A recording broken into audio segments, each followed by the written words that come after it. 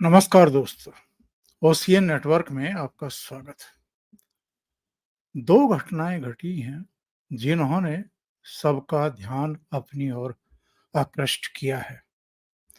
एक घटना तो 10 अगस्त को एक वीडियो वायरल होने की वजह से सबके सामने आई और दूसरी घटना ये 11 अगस्त को हुई और 11 अगस्त की शाम की घटना है। दोनों ही घटनाओं ने ये बताया है कि लोगों में बांग्लादेश में जो कुछ हुआ है, जिस तरीके से वहां पर हिंदुओं पर अत्याचार हो रहे हैं, उनके धर्म स्थलों को तोड़ा जा रहा है, उनके घरों को, उनके प्रतिष्ठानों को निशाना बनाया जा रहा है, जिस तरीके से अलग-अलग पदों पर विराजमान हिंदुओं को टारगेट किया गया है। एक सब इंस्पेक्टर को उसकी हत्या करके उल्टा लटका दिया गया, बर्बरता, क्रूरता के साथ उसको मारा गया। अलग-अलग शिक्षण संस्थानों में, दूसरी जगहों पर जो अहम पदों पर हिंदू हैं, उनके जबरन रेजिग्नेशन लिखवाए जा रहे हैं। हिंदू लड़कियों का, स्त्रियों का अपहरण किया जा रहा है, रेप किए जा रहे हैं और बड़ी संख्या में अब पलायन करके वो भारत के बॉर्डर पर पहुंच रहे हैं और भारत में आना चाहते हैं अपने परिवार की जान बचाने के लिए। चिटगांव और ढाका में 2 दिन पहले लाखों हिंदू सड़कों पर उतर आए।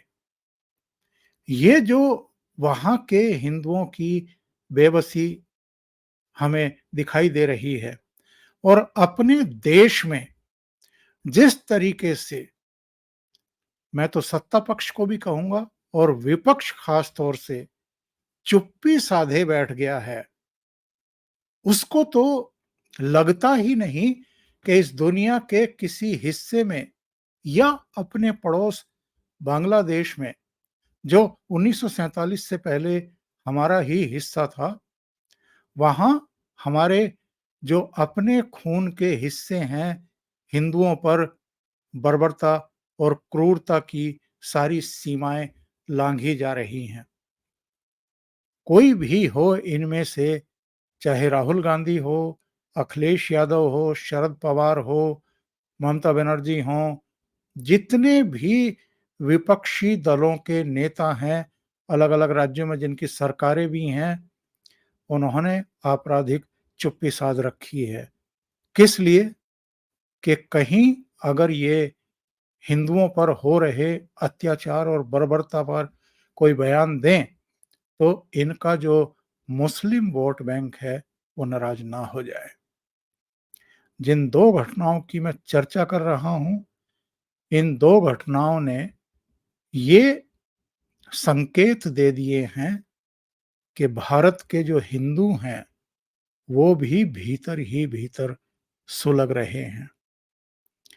ये जो गुस्से की हमें अभी धीमी-धीमी चाल दिखाई पड़ रही है इन 2 घटनाओं से, अगर सत्ता पक्ष भी और विपक्ष भी दोनों अभी से नहीं चेते, अपनी अप्रोच में अगर ठीक तरीके से उन्होंने बदलाव करके और ये संदेश बांग्लादेश की मौजूदा हुकूमत को नहीं दिए कि बहुत हो गया है, अब और अधिक बर्दाश्त नहीं किया जाएगा। मुझे लगता है कि जो गुस्सा हमने चिटगांव में, ढाका की सड़कों पर हिंदुओं का देखा है, वैसा गुस्सा भारत में भी दिखाई पड़ सकता है। 2 घटनाएं कौन-सी हैं? पहले 11 अगस्त की घटना का ज़िक्र करते हैं। एक उबर का ड्राइवर एक कपल को लेकर के जा रहा था, रात्रि का समय था। जो लड़की है वो हिंदू बताई जा रही है, भारत की बताई जा रही है, वो हिंदू है कि नहीं है, कन्फर्म नहीं है, लेकिन भारत की है, ये कन्फर्म है।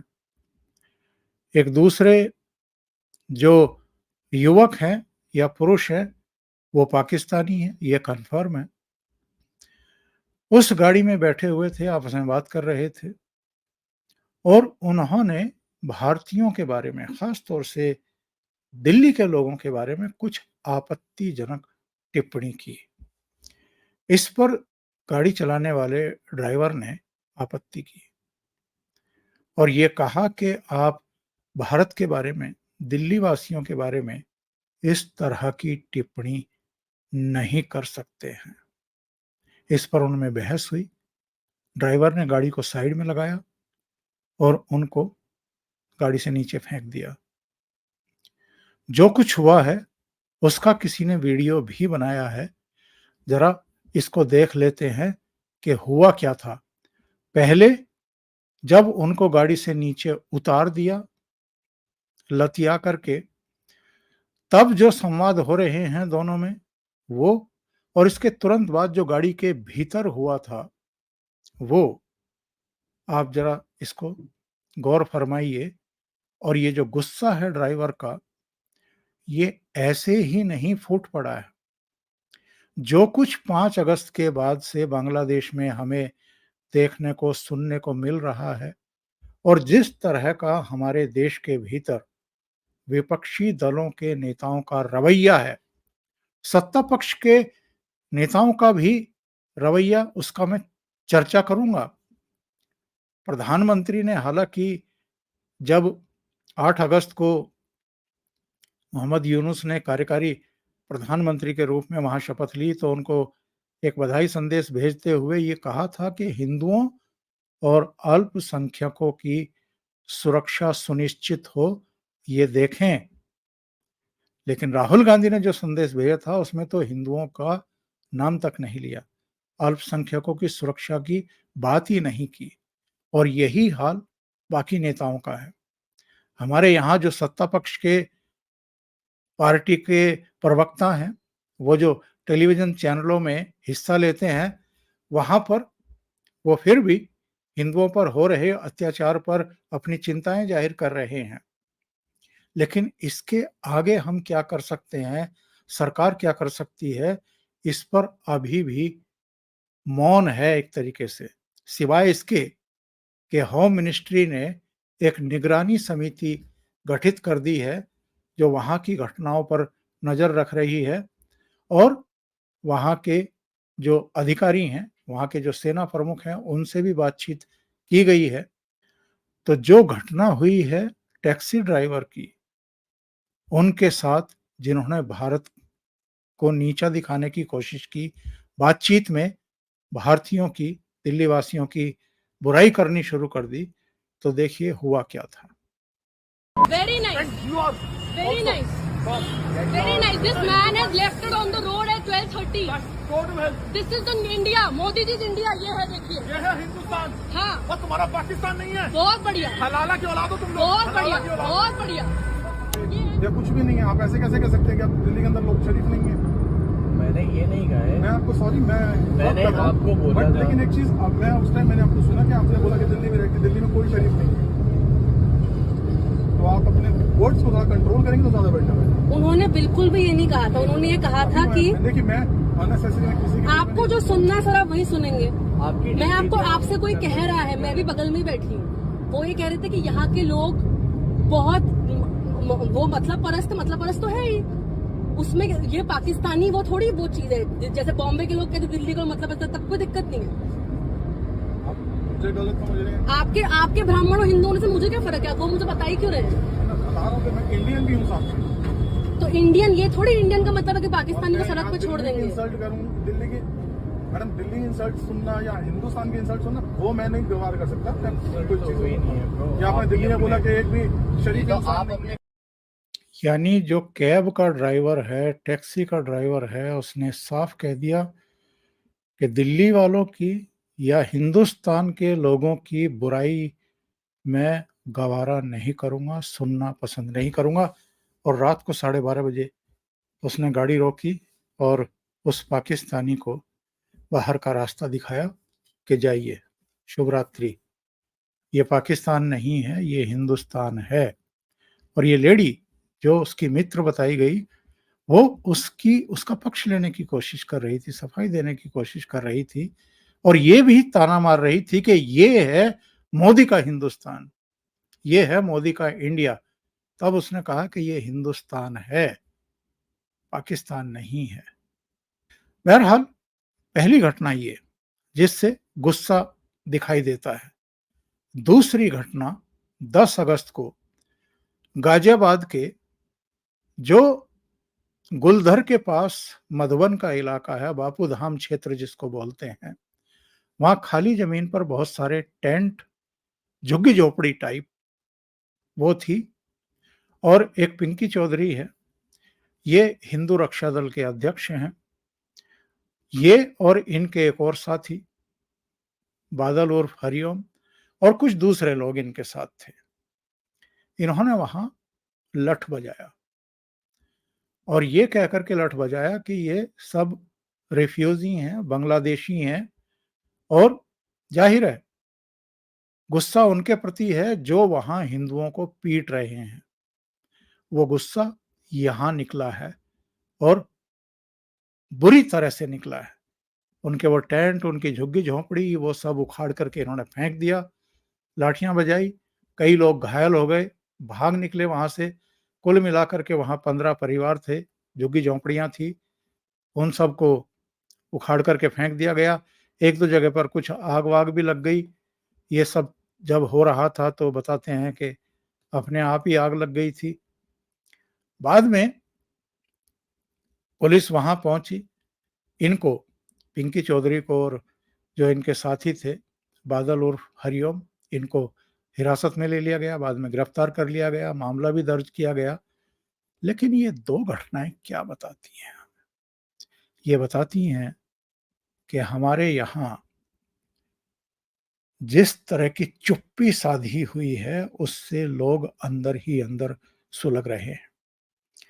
अमेरिका के सांसदों को चिंता है कि बांग्लादेश में हिंदुओं पर अत्याचार हो रहे हैं, बर्बरता हो रही है।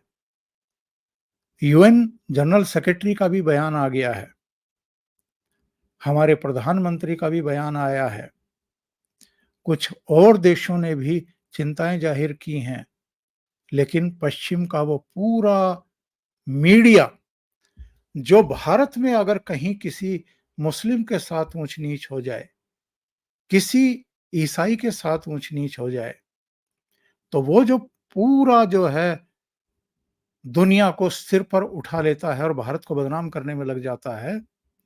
वो अगर हिंदुओं पर अत्याचार इस समय बांग्लादेश में हो रहे हैं, उनको उनकी जड़ों से उखाड़ करके वहां से भगाने की चेष्टा हो रही है और बांग्लादेश को एक धर्मनिरपेक्ष देश के बजाय इस्लामिक स्टेट घोषित करने की जो तैयारियां हो रही हैं, उस पर अपनी जबान नहीं खोल रहा है। इसको लेकर के लोगों में गुस्सा है। 3-4 घटनाएं मैं आपको और बताता हूं और वो क्यों की गई वो भी हमारी और आपकी समझ में आ रहा है। बांग्लादेश की जो घटनाएं हैं वो 5 अगस्त को घटनी शुरू हुई। देश भर से बड़ी संख्या में स्टूडेंट्स के नाम पर जमाते इस्लामी, बीएनपी के कार्यकर्ताओं और कुछ और तत्वों की भीड़ ढाका की तरफ रवाना हो गई और ढाका पहुंच गई। उसके बाद बांग्लादेश की जो मिलिट्री है वो शेख हसीना से कहती है कि साहब आप 45 मिनट में देश छोड़ दीजिए। उनको मजबूरन देश छोड़ना पड़ता है, भारत में आकर के शरण लेनी पड़ती है। और उसके बाद प्रधानमंत्री आवास में जो रंगा नाच हुआ है वो सबने देखा है, किस किस तरह की हरकतें हुई हैं। और उसके बाद जो हिंदुओं पर अटैक होने शुरू हुए और जो खबरें आनी शुरू हुई, उन खबरों को किस तरीके से दबाया जाए या ओवरलैपिंग की जाए, यानी कुछ और चीजों को गाना बजाना शुरू कर दो ताकि बांग्लादेश में हिंदुओं पर जो अत्याचार हो रहे हैं वो दब करके रह जाएं। ये यहाँ की पूरी विपक्षी दलों की जमात ने करना शुरू किया। कौन कौन सी घटनाएं हुई। इस बीच विनेश फोगाट का मामला वो गरमाया गया।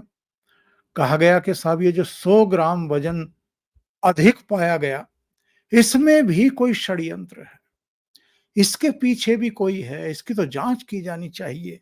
और इन लोगों ने ओलंपिक आयोजन समिति को भी गालियां निकालनी शुरू कर दी, इसके पीछे षड्यंत्र बताने शुरू कर दिए। इसके अलावा जो वक्फ बिल लाया गया, उसको लेकर के फिर बयानबाजियां शुरू हुई। 8 अगस्त को वहां के कार्यकारी प्रधानमंत्री मोहम्मद यूनुस का शपथ समारोह हुआ था। उसी दिन प्रधानमंत्री ने भी अपनी चिंता जाहिर की थी हिंदुओं पर जो अत्याचार हो रहे हैं, उनको बधाई संदेश देते हुए उनसे कहा था कि इनको सुनिश्चित करें कि सुरक्षा मिले। राहुल गांधी ने भी बधाई दी, लेकिन हिंदुओं के नाम पर चुप्पी साध करके बैठ गए। इसके अलावा जो घटनाएं घटी, उनमें ऐसी कई थी जिनको यहां पर जानबूझ करके तूल दिया गया।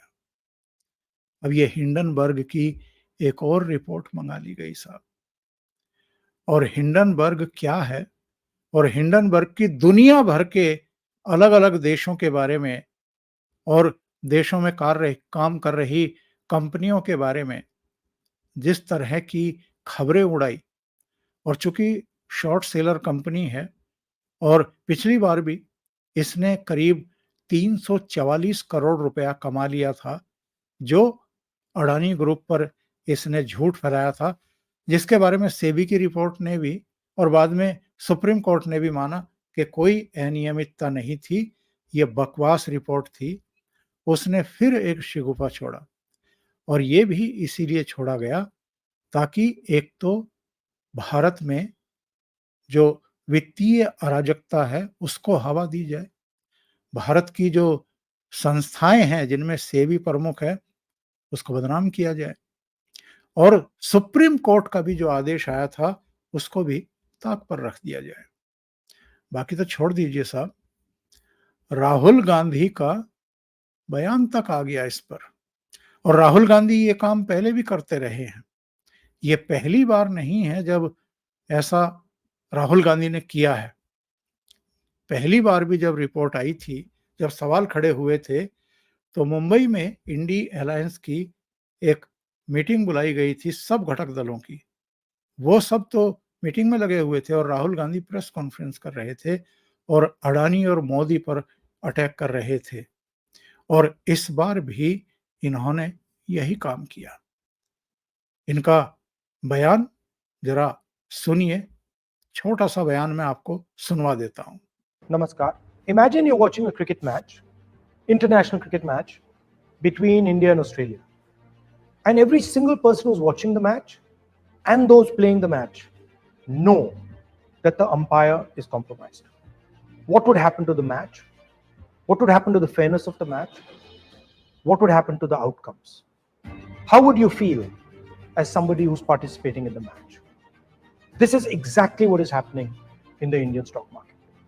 Over the last few years, larger and larger numbers of people have been investing in India's stock market. मतलब ये लगातार अपने अभियान में लगे हुए हैं, बिना रुके और बिना थके। और इनके निशाने पर इंडियन जो उद्योगपति हैं, जिन्होंने देश की अर्थव्यवस्था में भी योगदान दिया है और जिन्होंने दुनिया में भारत का नाम रोशन किया है, और प्रधानमंत्री नरेंद्र मोदी, जिनके कार्यकाल में हम 5th लार्जेस्ट इकोनॉमी बन चुके हैं। दुनिया भर की अर्थव्यवस्थाएं डगमगाई हैं, लेकिन हम 7% से ऊपर अपनी जीडीपी बनाए हुए हैं। लगातार इस तरह के षड्यंत्र रचे जाना, ये इसके डबल मायने हैं। एक तो जब संसद सत्र चल रहा होता है तब ये सब हरकतें होती हैं, दूसरे किसी दूसरी घटना से अगर ध्यान डाइवर्ट करना हो तब इस तरह की हरकतें होती हैं। लेकिन ये जो 2 घटनाएं मैंने बताई हैं, ये बस इंडिकेशन है। लोगों के भीतर जो कुछ चल रहा है और सुलग रहा है, उसके संकेत मात्र हैं। अगर ये लोग अभी भी अपनी हरकतों से बाज नहीं आते हैं तो इनको इस गुस्से का नतीजा और परिणाम भुगतना पड़ेगा। अभी के लिए इतना ही। बहुत बहुत धन्यवाद। अगर आपको ये चैनल और इसके कंटेंट पसंद आ रहे हैं तो लाइक करें, कमेंट करें, वीडियो को शेयर भी करें। अभी तक अगर आपने ये चैनल सब्सक्राइब नहीं किया है तो सब्सक्राइब कर लें और साथ में लगे बेल आइकॉन को दबा दें ताकि आगे आने वाले वीडियो और उनके नोटिफिकेशन आप तक पहुंचते रहें। बहुत बहुत धन्यवाद। नमस्कार।